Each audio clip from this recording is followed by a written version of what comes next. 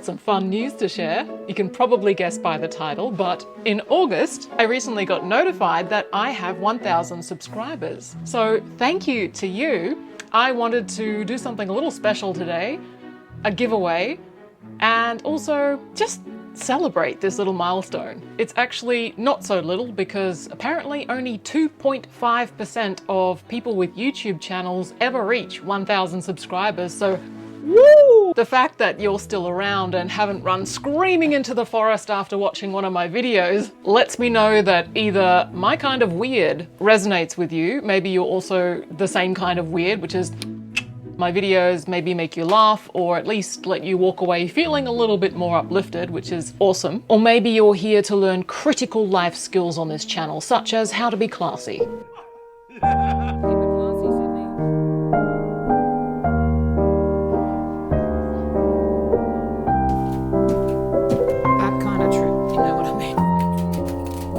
Or maybe you're here to learn the life-changing stuff, the things that really matter. Gonzala! You biatch!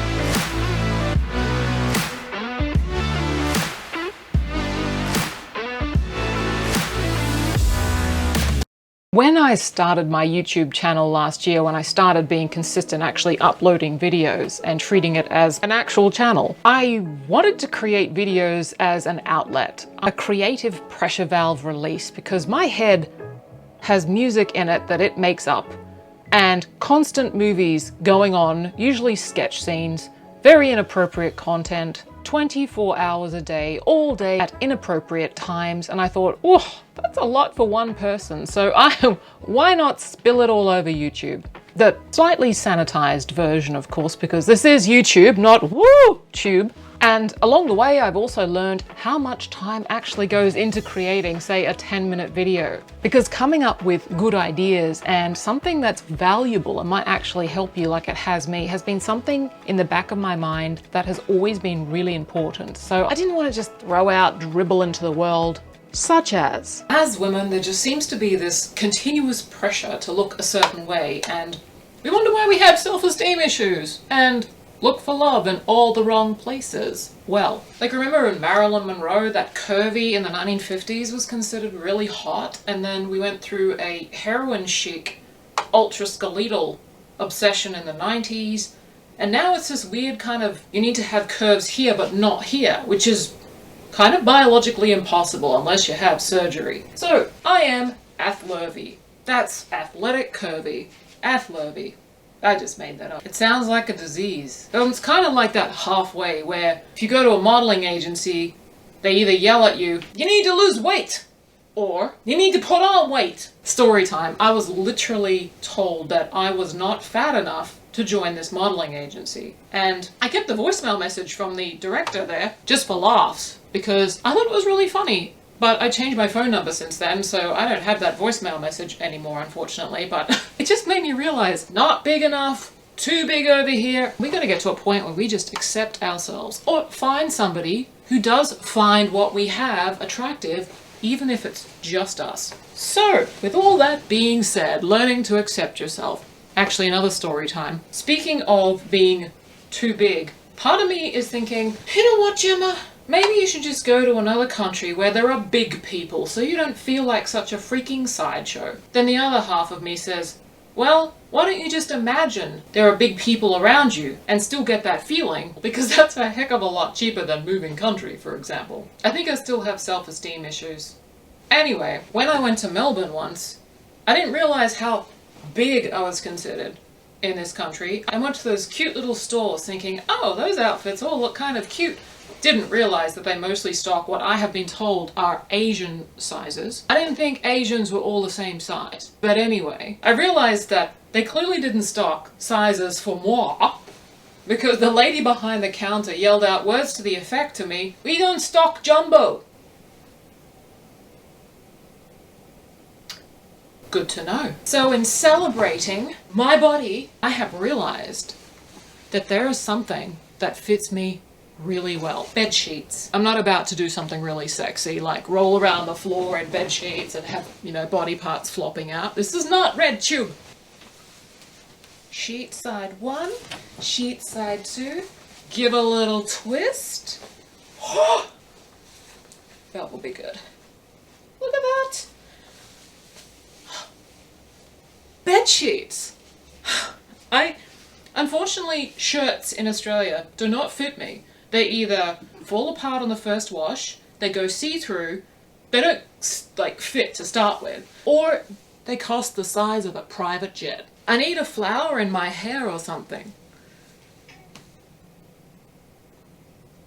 I need to move to Fiji. Oh look, I can triple wrap it.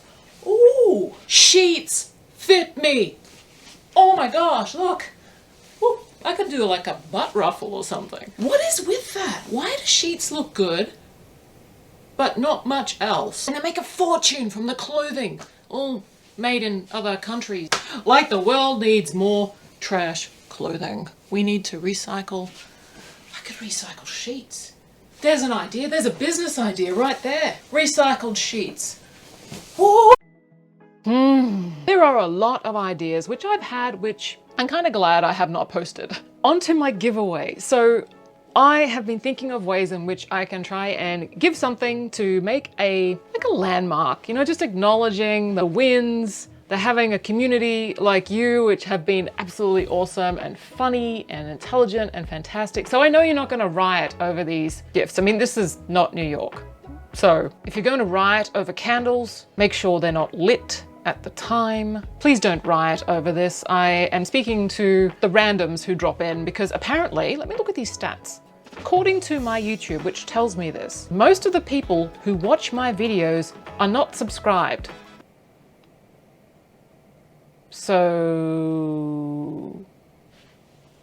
as a little thank you, I am wanting to give away some of my beloved creations, which I have poured a lot of time and effort into. I would love to give away 3 sets of my luxury scented candles. I personally hand pour these in small batches. They're not mass produced by a factory. I source all the materials from as many local Aussie businesses as possible using non-toxic materials. None of the scents of the candles or the wicks or the wax itself is toxic. They're phthalate free. It's non-toxic, so it's not going to be harmful. They're sustainable or reusable packaging. You'll see like lots of different colors. Anyway, so I could smell them. It's just, I'm gonna just sit in front of you and just smell candles. I don't know, it might be relaxing. These 2 candles have been top sellers in my Etsy shop. I'll leave a link below if you want to have a browse. So just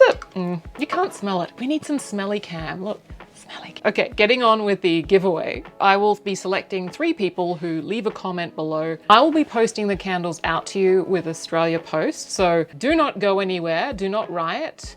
Only riot in your own living room, in celebration. So it must be an Australian address. Do not put your address details in the comments. We're keeping everything private here. So at the moment, I will just be posting within Australia because international post right now is... When this channel blows up, I'll be able to post international postage rates, which is about $1,000. Australia Post only. These currently cost, for a prepaid, the smallest satchel you can get is $10.60. Ooh, I'm going all out here. If you're interested in receiving a set of candles, I'll be giving away, you'll see, these are like these beautiful tins. They're travel tins, so you can reuse them, reseal them, light them up, take them with you, perfect size. Leave a comment below and use the word unicorn because that's quite unique and that way I will know that you're in. I will select 3 random people. I will let you know. I will send my email address so that then you can privately let me know what your address is and I can send you a little package of candles. You can use your work address if you don't feel comfortable, or a PO box, that's perfectly fine. It will take me a little while to get all of this finalized. I make candles per order, so each candle takes 3 days minimum to cure. It's a whole science. I had to learn so much when I started this hobby. So it'll be probably a few weeks before you receive your candles. Speaking of weeks, it has been almost a year of weeks since I have gone anywhere and taken you with me for an adventure. So I think it's time to have a little look at where we can possibly go and to shake things up and to learn some new experiences, and I will consolidate things that I've learned and share them with you, take you with me. Not sure where I'm going to go, but maybe, actually I'll show you. Let's see if we can book something or figure out where we might go. What should I pack? Well, you, of course. I'm taking you with me like a hostage, except I'll make sure you have plenty of water and that you're highly entertained, and I will take you for walkies. Let's have a little browse. I will check out Virgin Australia because they've been always really fun to travel with, actually. Keep an eye out for Thursdays. They do these really cheap deals. Right now there seems to be a lot of struggle in the travel industry because, let me think. I'm not going to go down the negative path. So they're really encouraging people to travel by dropping prices and whatnot at random times. So check out the Thursday newsletter for Virgin. It's free, just sign up and they give you the alert on the cheap. Look, win a trip to Tokyo. Oh my gosh, we got to enter that. Like, you're with me in this, hey? I'll be taking you with me. Oh, that will be so fun. Let me just open that up for later. This is ridiculous. What? Where should we go? Where do we go? Where do we go? Book a trip.